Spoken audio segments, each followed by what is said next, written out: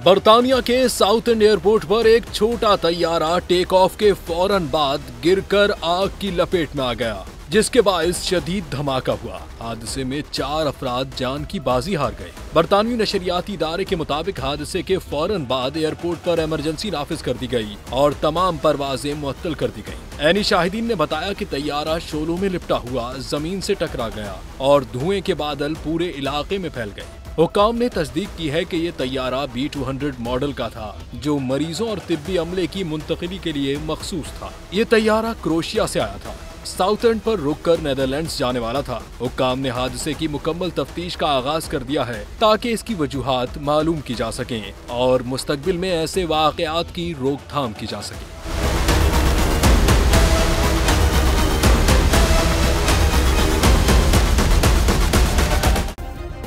Subscribe करें और bell दबाएं ताकि कोई खबर रह न जाए।